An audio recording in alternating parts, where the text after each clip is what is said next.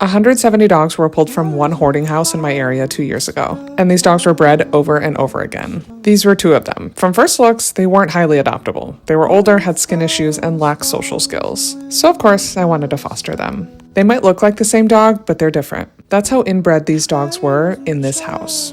This is Kimber. She was about 8 years old. And believe it or not, she was one of the better dogs taken from the house. But there were still a lot of things she didn't know how to do. Walk up and down stairs. She didn't know how to play with toys. She didn't really know how to interact with people that well. But over the months she was with me, my husband and I taught her. She was older, and visibly she just wasn't as appealing as other dogs. She had sagging skin, she was missing fur, but she was still so cute. And honestly, when I fostered these dogs, I had no idea how long it was going to take to get them adopted, but I knew it was probably going to be a long time. And eventually she started to trust me. She started to learn to play with toys, to play with my other dogs. She was turning into a dog who actually knew how to live in a home. And after about 4 months, she got adopted. And then right after, I realized her sister, Simber, was still there. She'd been sitting at the shelter for almost a year, and her condition was progressively getting worse and worse. She had an eye infection, skin infection, and she was much more shut down to people than her sister. She wouldn't let my husband get near her for at least 2 months,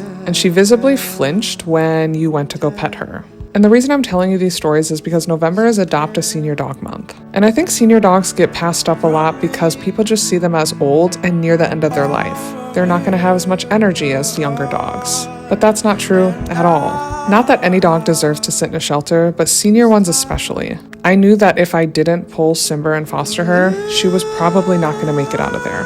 But week after week, she learned how to be a dog. She finally let my husband pet her, but she was still very weary around strangers, so I knew it was going to be harder to get her adopted. We had some meet and greets, but she would growl at anybody that came in our house. But eventually, after about 6 months, we did find her person. Senior dogs are no less valuable or sweet or loving or energetic than younger dogs. If you see a senior dog in a shelter, please consider fostering or adopting. Please don't pass them up just because they're graying, just because it might take them a little bit longer to get up.